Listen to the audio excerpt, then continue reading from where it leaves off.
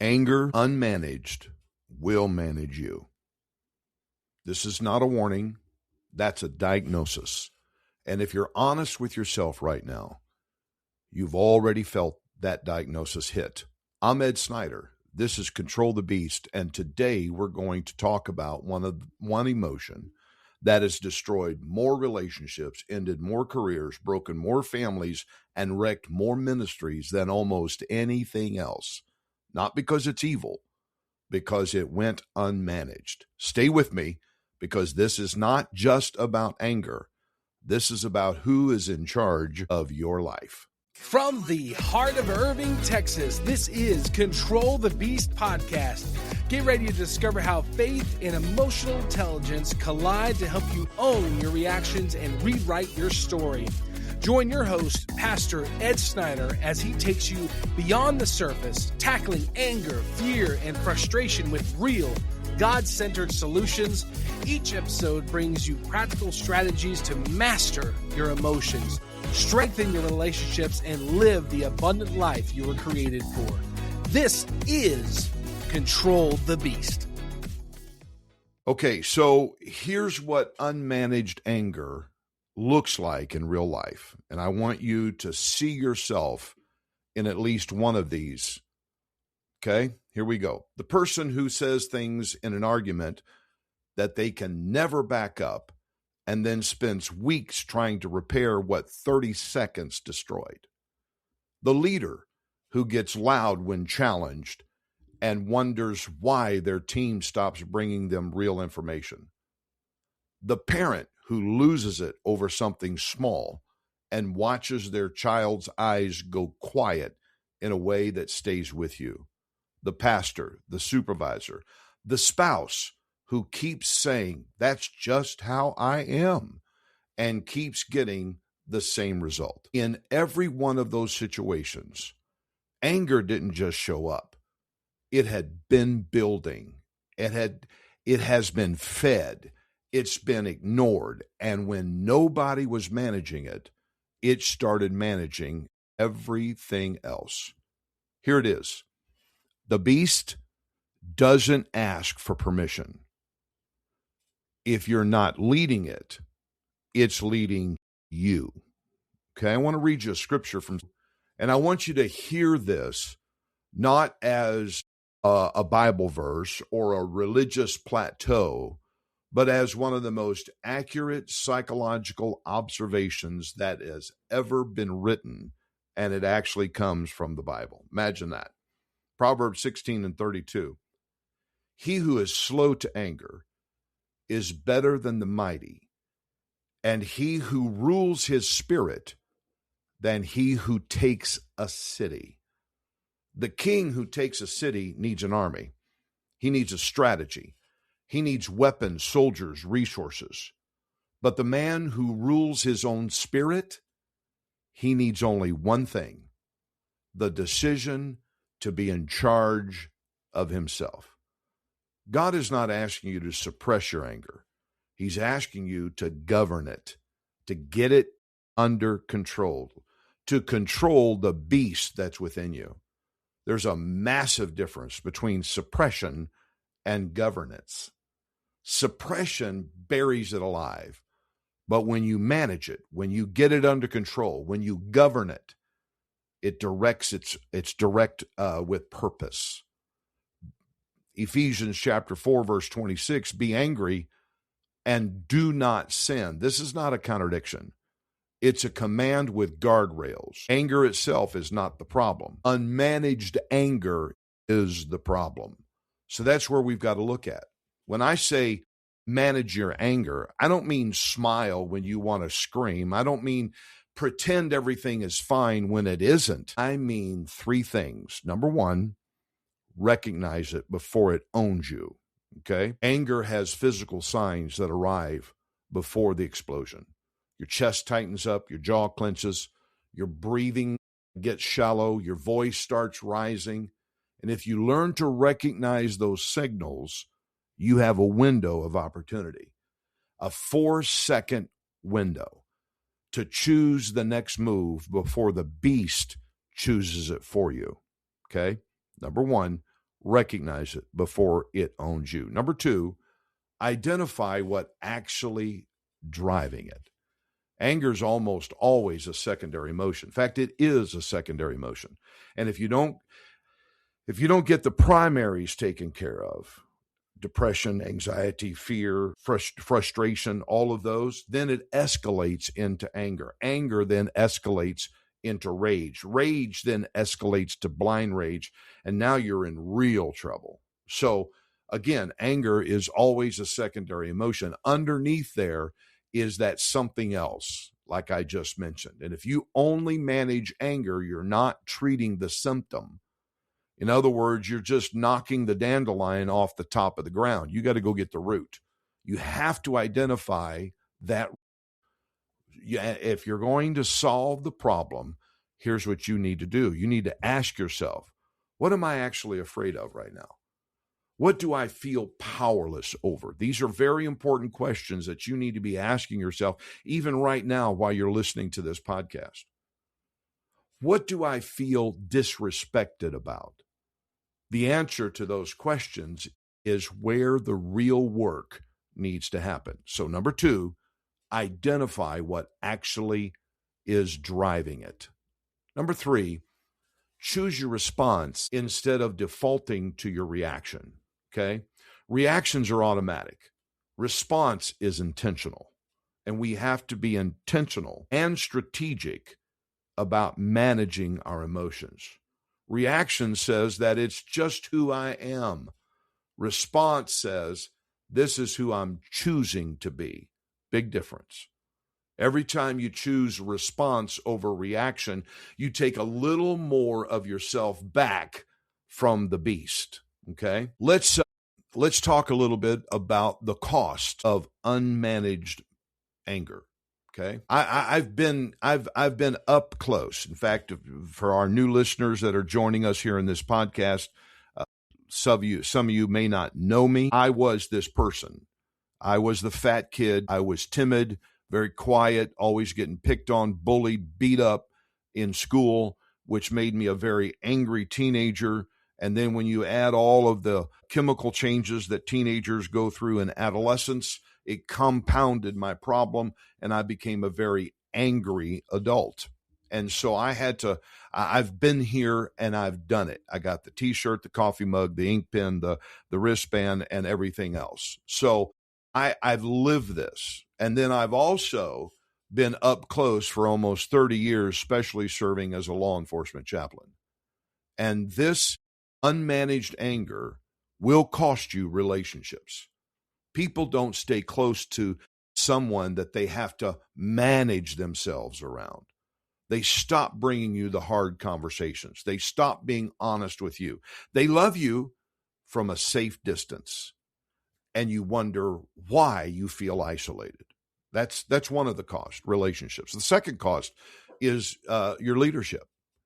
The moment your team, your congregation, your family starts managing their behavior around your emotional state, you have lost leadership. You have lost compliance. You don't have trust. I know that's a reality check. I know that may be a little bit hard to swallow. That may have stung a little bit, but true nonetheless. The next thing that it cost you in unmanaged anger is it cost you your witness. You can preach on grace on Sunday and destroy someone with your words on Monday, and the people watching know it. Unmanaged anger in a leader creates a credibility gap that no sermon can close. That's what you've got to be very careful. The next thing is it costs you yourself. Chronic anger is physically destructive. It damages your health. It damages your sleep patterns, your ability to think clearly. It keeps you in a state of low-grade war with the world. So here's the deal, the turn. You can take it back. Okay, the fact that anger has managed you doesn't mean it gets to keep managing you. This is not a life sentence. This is not something, well, I can't help myself and I was born this way, or what other excuse you can come up with. That's not true. You've got to deal with reality here. Okay? The fact that anger has managed you doesn't mean it has to keep managing you. This is a pattern, and patterns can be broken. In Control the Beast, our book that's available on Amazon, we teach the control framework, 7 steps that changes the way you handle every high tension moment. And we're not going to run the whole framework today. We don't really have time in this podcast. That's why on June 23rd, we have a free seminar that I want to give you, but I want to give you the first step here in the podcast. Check for our social media links. Go sign up for that webinar. It's all about how to identify and diffuse an angry person. That also includes yourself, okay?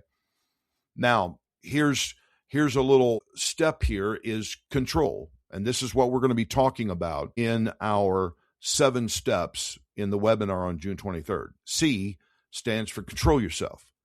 Before you manage any situation around you, before you respond to any person, before you say a single word, you have to check in with the most important person in the room. That's yourself. What is happening inside me right now? Am I breathing? Am I listening? Am I reacting? Am I about to make this worse? So 4 questions, 4 seconds can save you 4 years worth of damage. Let me say that again. Those 4 questions. Okay, what's happening inside me right now? Am I breathing? Am I listening? Am I reacting? Am I about to make this worse? Those questions in 4 seconds can save you 4 years. So do it. All right. We'll be right back. Hey, everybody. Ed Snyder here. If you've listened to any podcast when we were under the True North banner, you have heard about I'm a coffee freak, okay? And we had a link to a coffee company, but I am very, very excited to announce today that we have our own coffee company, and it's called Too Good Coffee. Amen. That's too good. I don't endorse a lot of things. I drink coffee every morning, every afternoon, and sometimes if I want to stay up late, I'll have a cup late at night. And that's the reason Too Good Coffee is exactly what it sounds like. Of course, we've tested all the coffees before we actually dove into this. It's smooth. It's strong if you like it. It doesn't have that bitter aftertaste that makes you wonder why you even bother. If it's already starting your day with coffee, and it's based around leadership.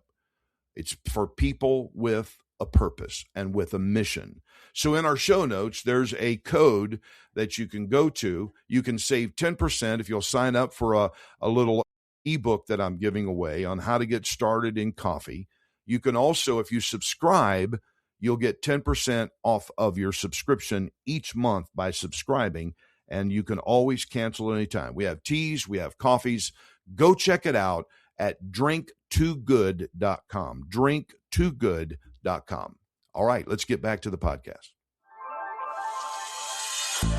Now, let's talk about in this subject of unmanaged anger is before we go today, I want to give you one thing to do, not 10 things, just one. Okay. And here it is. The next time you feel anger rising, before you speak, before you act, before you send that text, stop. Put the brakes on and take one breath and ask yourself this. And I want you to listen to this. What am I actually feeling underneath the anger? Okay. Now, when you arrive to that answer to that question, what am I actually feeling underneath this anger? Name it. Okay. Say it out loud. Let yourself hear it. Fear, frustration, shame, rejection, powerlessness. Just name it. You don't have to solve it in that moment, but you need to recognize it. You need to call it out. You need to name it. It has to have a name because named emotions lose power. Unnamed emotions will run your life. Okay. So we're getting ready to publish a 30-day journal for emotional intelligence. And along with that devotional is going to be a journal. But in the meantime, and that's coming out, I'm hoping in a couple of weeks. But in the meantime, write this question down. Okay, this question right here I'm about to tell you. What has unmanaged anger cost me something that I can't get back? And what would it be worth to make sure that doesn't happen again? Okay? Let me repeat that so that you can write it. Where has unmanaged anger cost me something that I can't get back? The second question is, and what would it be worth to make sure that doesn't happen again? What are you going to gain? All right? Anger unmanaged is going to manage you. Count it. It's been around forever. So you're not I'm sorry. I love you. You're a loyal, faithful listener to the podcast, to our former podcast, and to this one. I don't want to insult you, but I do want to be very real so that you can heal up from this and become emotionally intelligent. Okay? So you're not the exception to the rule. Unmanaged anger will manage you. It's not a threat. It's simply chemistry. And whatever you don't lead, leads you. Okay? If you're not strapped into the driver's seat and you got your hands on the steering wheel and you're driving it, whatever it is driving you. So you're not a victim of your own emotional life. You've been given the capacity, the biblical mandate to govern what happens inside you. Yes, the beast is real, but so is your authority over it. Did you hear me? Yes, the beast is real, but so is your authority over it. Okay? Now, if this hits home, I need you to make notes. If this really pinches, that's good. That's a great sign. Why? Because you realize there's an issue. You realize that there is a problem. So what is our call to action? What do we need to leave today from this podcast? Is that you first need to share this episode with somebody perhaps that needs it. Don't send it to somebody that you think's attacking you, somebody that actually needs to hear this, okay? Now, if you want to go deeper into this, a quick fix is to go to Amazon.com and do a search, Control the Beast, Ed Snyder, and pick up a copy of our book. Now, what you're going to get is the original version that we wrote. My wife and I wrote a few years ago. We are literally days away. The manuscript's finished, the new cover's finished, a revised version of Control the Beast, and we are also just finished the manuscript, and it's in editing for volume 2, or a sequel to Control the Beast, called Release the Beast. We're going to put you in beast mode, okay? So the call to action is share this episode. The second call to action is to go buy the book. The third call to action is mark your calendar and go into the show notes and find the link to sign up for Tuesday, June 23rd. Stumbled there, June 23rd at 7:30 p.m. Central Standard Time. There is a free webinar, How to Identify and Diffuse an Angry Person. That also means you're not only going to learn how to diffuse someone in your life, someone in your work life, somebody maybe at your church, but you're also going to learn how to identify and diffuse yourself. It's completely free, and the link is in the show notes. Go do it. I'm Ed Snyder. Own your reactions and rewrite your story, and I'll see you next week. You've been listening to Control the Beast podcast with Pastor Ed Snyder, helping you own your reactions and rewrite your story. Don't forget to subscribe, share, and leave a review wherever you listen to podcasts. For resources, coaching, and more, visit controlthebeast.com. Until next time, keep your emotions under control, live with purpose, and remember, with God's help, you can control the beast.